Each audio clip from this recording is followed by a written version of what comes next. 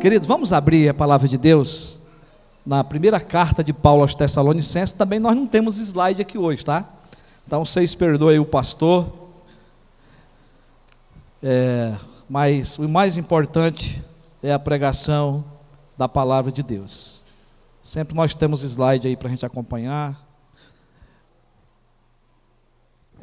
Primeira carta de Paulo aos Tessalonicenses, capítulo 4. Nós vamos ler do versículo 1 ao 12, porque é onde se baseia o assunto do qual nós dividimos aqui. Nós estamos pregando essa carta expositivamente. O tema que nós demos a essa carta é: a Igreja de Jesus vive o Evangelho enquanto espera a sua vinda. A Igreja de Jesus vive o Evangelho enquanto espera a sua vinda. Essa foi a carta o tema que nós demos para a carta, para essa série de mensagens que nós estamos pregando aqui. E nós perguntamos como é que a Igreja de Jesus vive o Evangelho enquanto espera a sua vinda. E nós, primeiramente, aprendendo que é reconhecendo e aceitando a liderança dos seus pastores, vivendo uma vida cristã exemplar, lembrando a sua história de plantação, já no capítulo 2, versículos de 1 a 12, procedendo com fidelidade em meio às perseguições, capítulo 2, de 13 a 20, crescendo em maturidade, capítulo 3, de 1 a 11, aliás, de 1 a 13, e agora o capítulo 4, de 1 a 2, que é agradando a Deus. A igreja espera a volta de Jesus, né? Vivendo o Evangelho, agradando ao nosso Deus. Então nós vamos ler esse texto e vamos prosseguir na mensagem que já começamos domingo, né? Neste capítulo.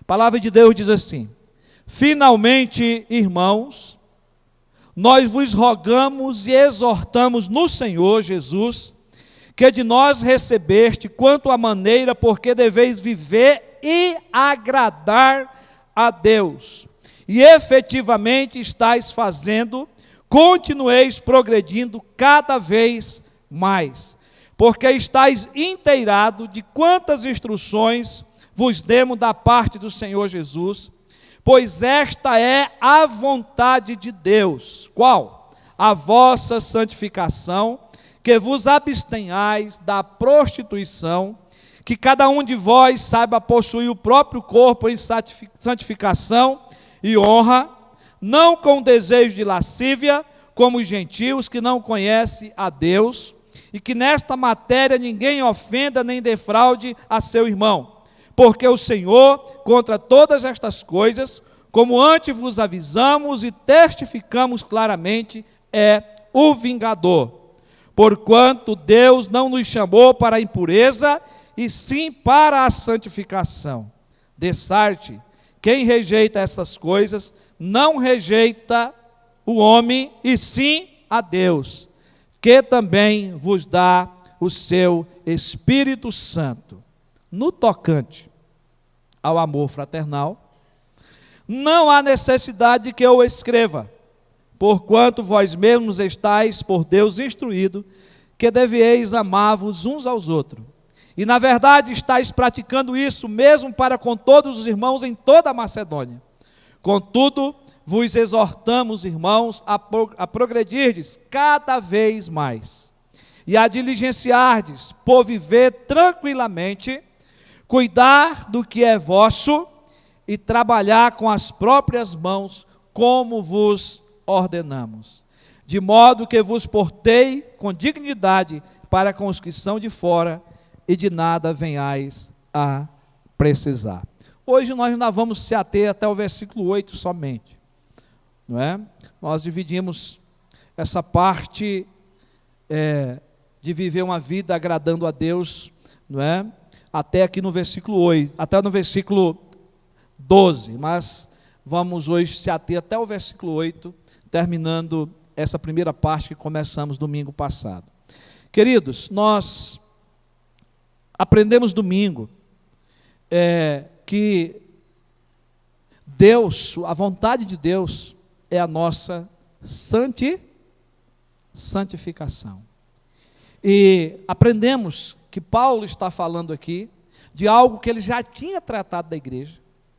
Paulo, quando plantou essa igreja, Paulo tinha ministrado sobre as ordenanças de Deus, sobre os mandamentos de Deus, sobre os princípios da palavra de Deus para aquela igreja.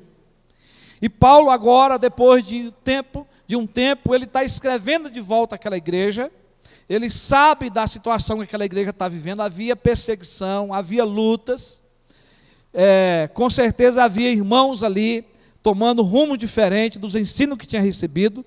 E Paulo, ele se preocupa de lembrá-los de novo sobre esse assunto. E Paulo se estende um pouco a mais a falar para esses irmãos dessa responsabilidade.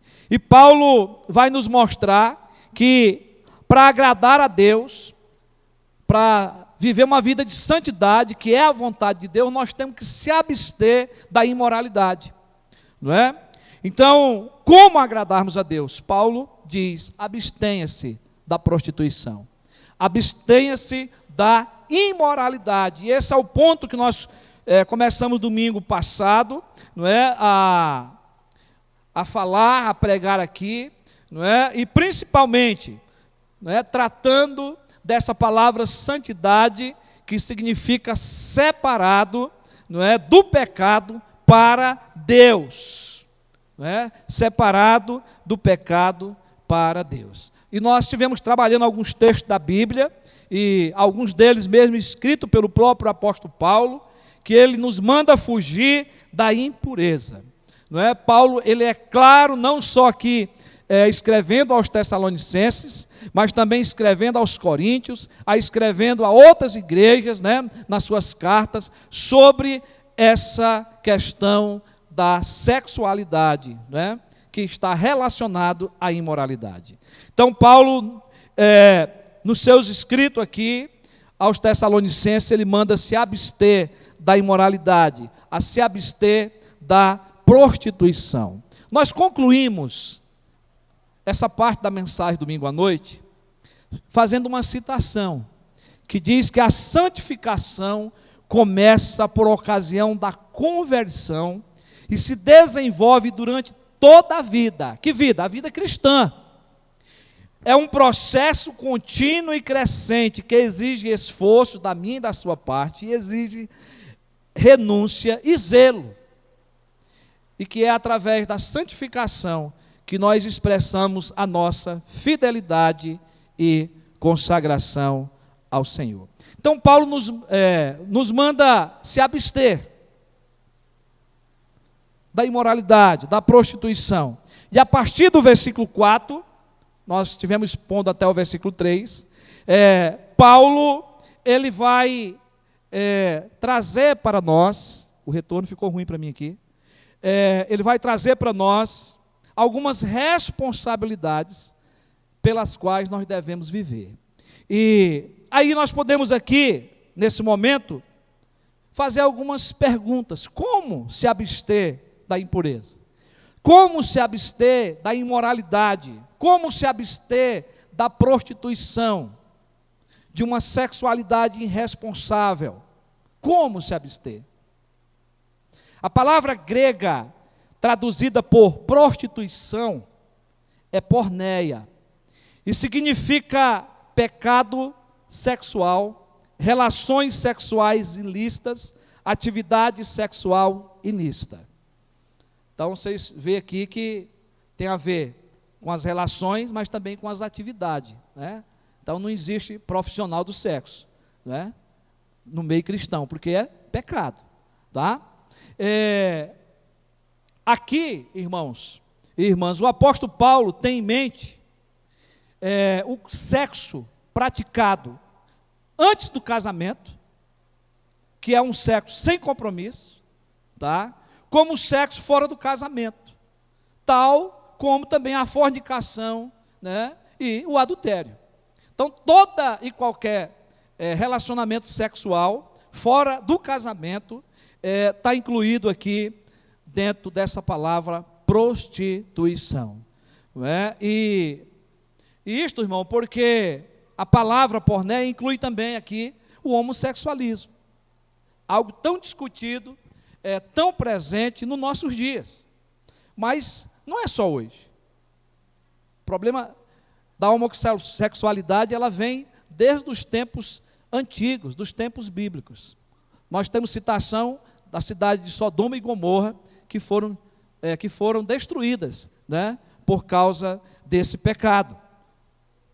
Mas Paulo, a partir do versículo 4, ele apresenta algumas responsabilidades que cada crente deve colocar em prática e assim agradar a Deus, abstendo-se da imoralidade, abstendo-se da prostituição.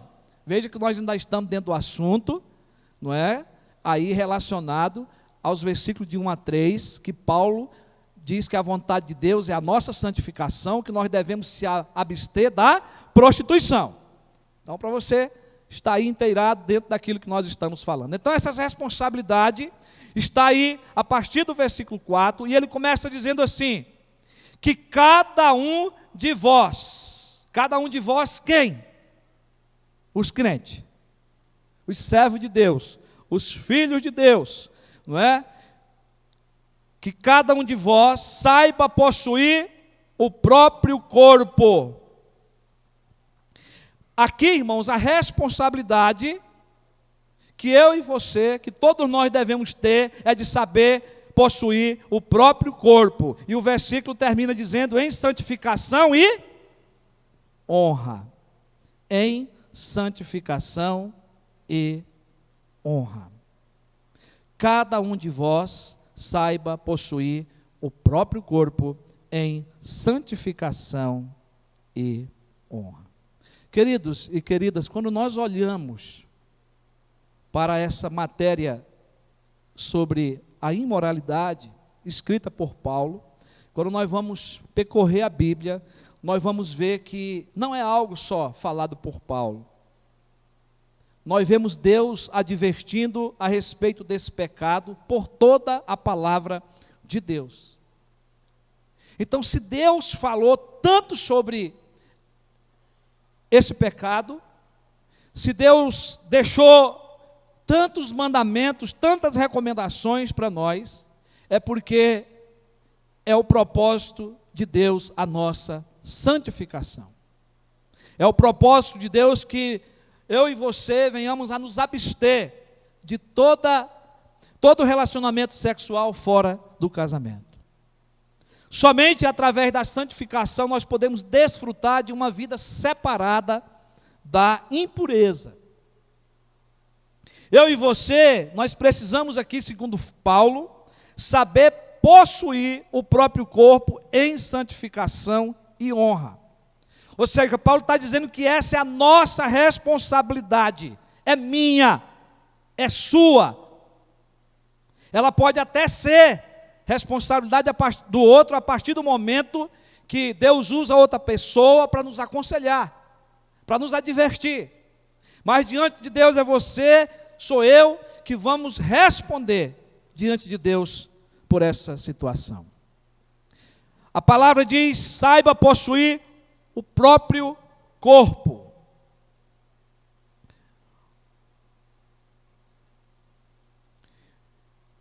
E aqui, meus irmãos, sugere aqui que as instruções de Deus com referência ao sexo não tem como objetivo privar as pessoas da alegria, mas sim protegê-las de modo a que não percam a alegria. Todo cristão que comete um pecado sexual peca contra o próprio corpo, deixando de glorificar a Deus por meio do corpo. O sexo ele não é proibido na Bíblia. O sexo é bênção de Deus. Mas no casamento. É a forma de manter a alegria. Mas fora do casamento é uma desgraça. Fora do casamento é pecado. O apóstolo Paulo se refere ao nosso corpo, aqui a palavra que ele vai usar sobre corpo é a mesma palavra que é usada para vaso. Você vai ver essa palavra em 2 Coríntios 4, 7, 2 Timóteo, capítulo 2, 20 e 21. E ele vai falar aqui de um vaso de honra, em todos esses versículos, como ele fala aqui. Cada um de vós saiba possuir o próprio corpo em santificação e honra. Ou seja, o nosso corpo, ele é um vaso de honra. A palavra grega traduzida por corpo, ela pode significar corpo ou vaso. E essa palavra foi usada literalmente para descrever utensílios e vasos domésticos. Mas literalmente significa aqui sermos vaso para a honra e glória do Senhor. Querido, eu e você, nós somos habitados pelo Santo Espírito de Deus. Nós somos templos, nós somos santuários de Deus. E você sabe, eu também sei, que quando nós defraudamos a Deus, nesta área ou em qualquer outra, nós somos tremendamente incomodados por Deus. Porque o Espírito Santo, ele habita em nós. E você sabe, como eu também sei, que diante de Deus, nós não temos como estar vestido diante de Deus. Quando nós nos ajoelhamos diante de Deus, nós estamos nus diante de Deus. As nossas máscaras, as nossas roupas sujas caem. Então, por quê? Porque o Espírito Santo habita em nós. Se o Espírito Santo habita na sua vida, você vai ter responsabilidade dentro dessa matéria, da qual Paulo está falando aqui. O corpo é para o Senhor e não para a imoralidade. É para ser palco de santidade e não de obscenidade.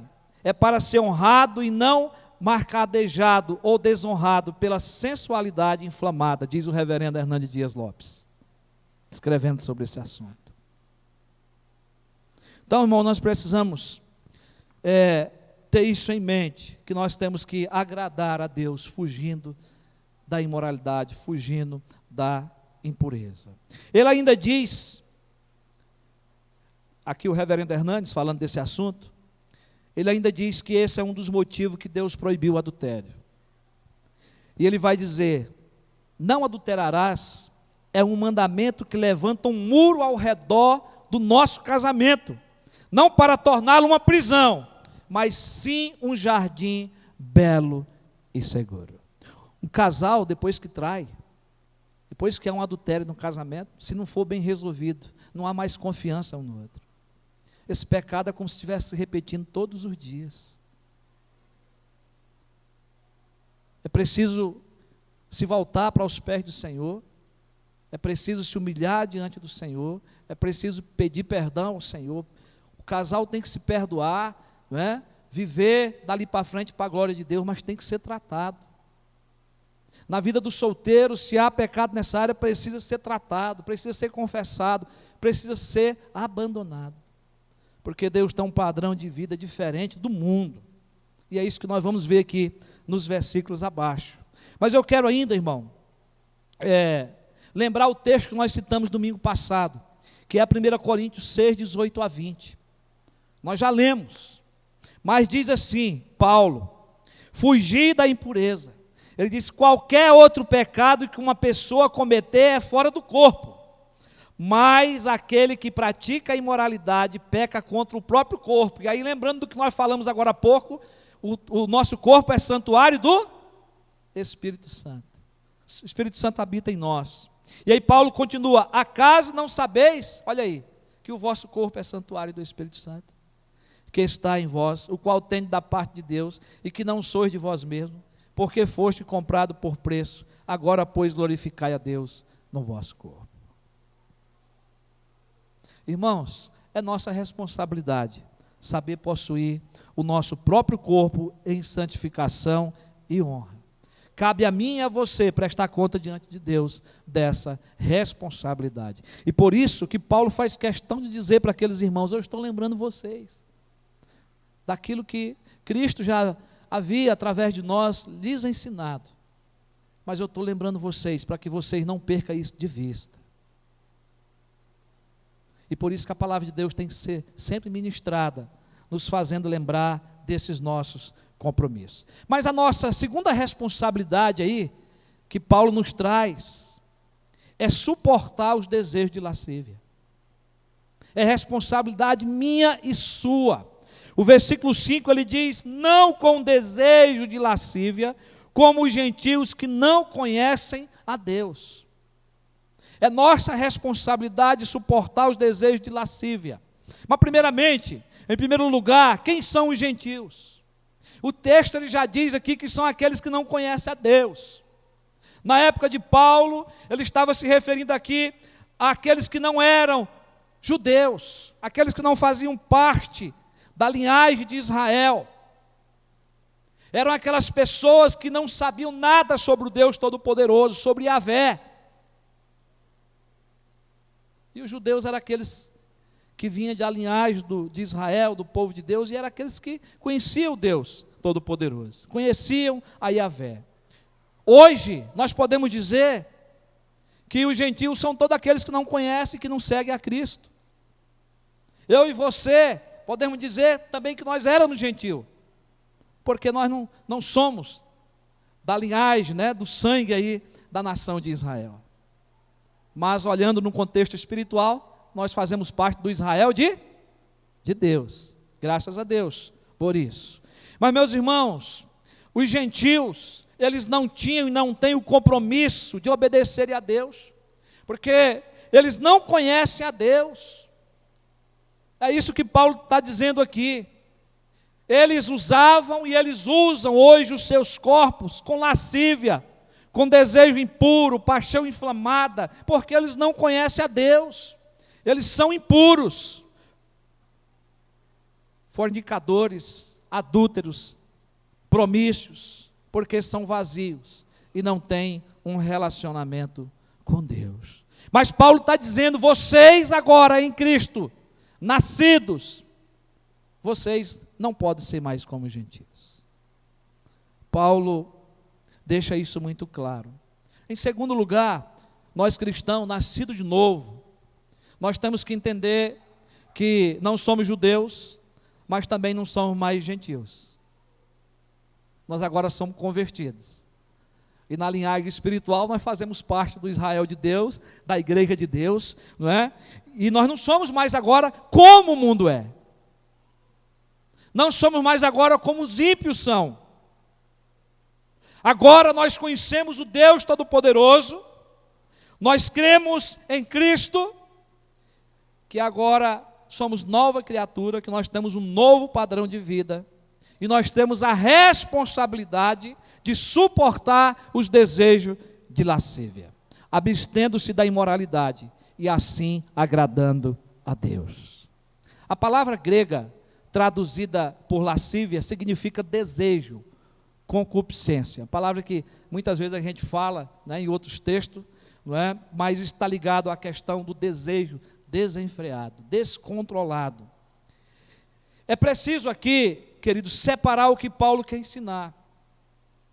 Paulo, ele proíbe o desejo como ele não proíbe aqui o desejo como um impulso natural, e sim o desejo pecaminoso, isto é, uma condição em que o desejo tenha se convertido num princípio dominante da vida da pessoa, ou, em outras palavras, um desejo incontrolável, uma paixão incontrolável, algo que te controla, não é? E que deixa você fora de si.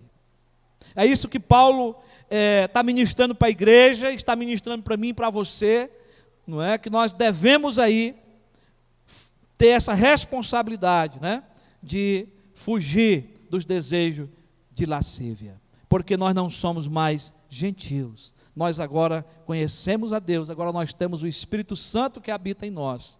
Irmãos, o desejo impuro, ele escraviza você, ele escraviza a mim, ele escraviza a qualquer um de nós, e cabe a mim e a você fugir, abster-se. Há pessoas cativas de pensamentos e desejos impuros, e por isso Paulo diz que esse é o caminho dos que não conhecem a Deus. Hoje nós conhecemos a Deus, o nosso procedimento ele tem que ser diferente do mundo, temos que fugir da imoralidade, temos que suportar todos os desejos de lascívia, e aí nós precisamos de Cristo, nós precisamos do Senhor, nós precisamos da graça de Deus, nós precisamos do auxílio do Espírito Santo de Deus, porque essa é a área que nós somos mais tentados. Meus irmãos, Deus nos chamou para agradá-lo. E essa é uma das vontades de Deus, esse é um dos meios de agradarmos ao Senhor. O caminho do crente é de obediência aos mandamentos de Deus. Hoje, na nova vida que nós temos, os nossos princípios têm que ser da palavra de Deus. Tem que ser os valores de Cristo e não os valores do mundo. Nós temos que viver para agradar a Deus. E nós temos promessa, irmãos. E eu quero que você abra a sua Bíblia para uma dessas promessas. São muitas, mas vamos ver uma. Abra o Salmo 37, versículo 4. Olha o que esse versículo nos diz. Eu sei que é um versículo muito conhecido seu, mas olha o que esse versículo diz. Agrada-te do Senhor, e Ele satisfará os desejos do teu coração. Claro que é um desejo bom que Ele vai satisfazer. Mas é preciso que eu e você tenha isso no coração, essa vontade de agradar ao Senhor. Amém, queridos? Irmãos, mas Paulo ainda mostra aqui uma terceira responsabilidade. Está no versículo 6. Ele diz assim: e que nesta matéria ninguém ofenda nem defraude a seu irmão, porque o Senhor contra todas estas coisas, como antes vos avisamos e testificamos, claramente é o vingador. Mas aqui a parte que nós queremos aqui é que nesta matéria ninguém ofenda nem defraude ao seu irmão. É nossa responsabilidade, é minha e sua responsabilidade respeitarmos nossos irmãos e irmãs nessa área sexual. É nossa responsabilidade. Ninguém ofenda nem defraude a seu irmão. A palavra grega traduzida como defraudar significa despertar um sentimento ou desejo no outro que não pode ser licitamente satisfeito. É ir além, é ultrapassar os limites. Significa tirar o melhor proveito que puder da situação. Você sabe de que nós estamos falando aqui. Nós somos tendentes ao pecado. Tem um pastor amigo meu, que foi meu professor, que ele sempre nos instruiu o seguinte: cuidado com a segunda olhada. Cuidado com a segunda olhada. Porque a segunda olhada pode estar cheia de maldade do seu coração. E passamos a correr o risco. E Paulo está tratando aqui de algo dentro da igreja. Paulo está tratando aqui da responsabilidade de um irmão para com o outro, para com o sexo oposto, ou não, né? Diante das filosofias de vida desse mundo que são pregadas por aí, que nada tem a ver com os princípios da palavra de Deus. Então nós temos que ter muito cuidado, meus irmãos. Paulo nos instrui dizendo que é a nossa responsabilidade respeitarmos nossos irmãos e irmãs nesta matéria, ou seja, na área da imoralidade. É isso que Paulo está dizendo. E eu quero aqui novamente citar um comentário do reverendo Hernandes, porque Deus usa muito esse homem para às vezes nos instruir acerca de algumas cartas. E ele diz assim: vivemos na cultura da sedução. Ele está falando agora do mundo atual. O cinema, a televisão, as revistas e a moda promovem e fazem apologia da sensualidade provocativa.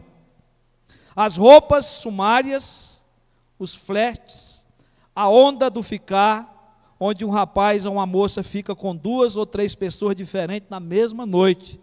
É uma afronta à santidade do corpo e uma desobediência à exortação de Paulo. E quantos cristãos, por falta de leitura da palavra e de orientação da palavra de Deus, têm pecado nessa área? Mas, meus irmãos, Paulo, quando ele escreve, não é, essas responsabilidades, Paulo faz questão de concluir esses versículos com algo muito sério. E eu quero que você possa se ater a isso, porque isso pesa para mim, isso pesa para você, é um cuidado que eu e você deve ter.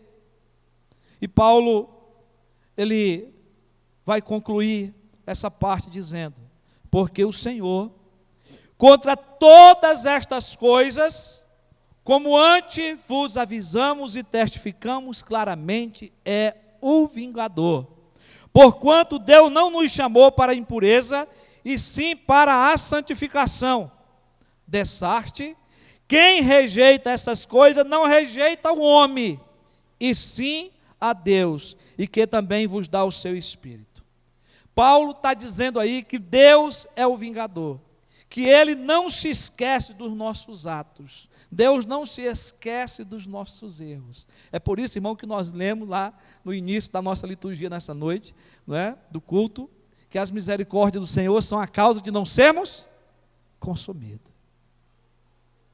O que seria de nós sem Jesus? O que seria de nós se Cristo, o homem justo, não tivesse morrido em nosso lugar? Porque Deus é justo, Deus é santo, e Cristo viveu essa vida de santidade, para mim e para você olhar para Ele. O primeiro Adão pecou, o segundo Adão, que representa a humanidade caída, agora ele é aquele que faz a vontade de Deus. Porque o primeiro Adão caiu, o segundo agora vem representando, mas ele vem representando a vontade de Deus de santidade, de justiça. Mas ele vem viver no meio de uma sociedade caída em pecado. E ele vive a vida que agrada a Deus. Deus revela a sua ira contra toda impiedade e perversão.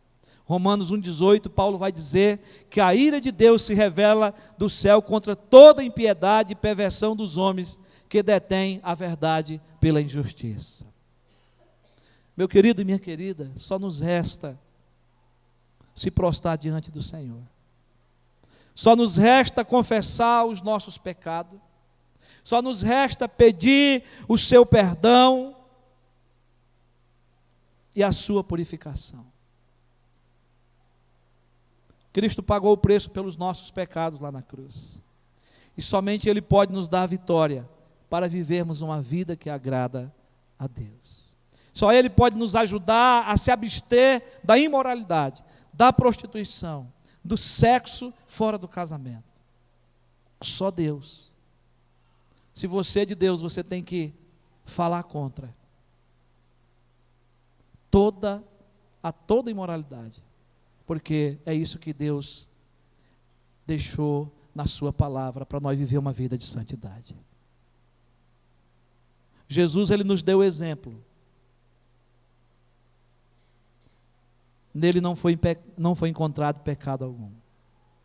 Cristo conviveu com homens, conviveu com mulheres, e nos deu o exemplo que qualquer homem, qualquer mulher, que não seja casado, né, pode também viver uma vida de santidade. Pode se relacionar como irmãos em Cristo. Amém? Cristo nos deu exemplo disso. Que o Senhor Jesus tenha misericórdia de nós. E que Ele nos dê vitória para agradarmos a Deus, fugindo, se abstendo de toda imoralidade. Amém, queridos?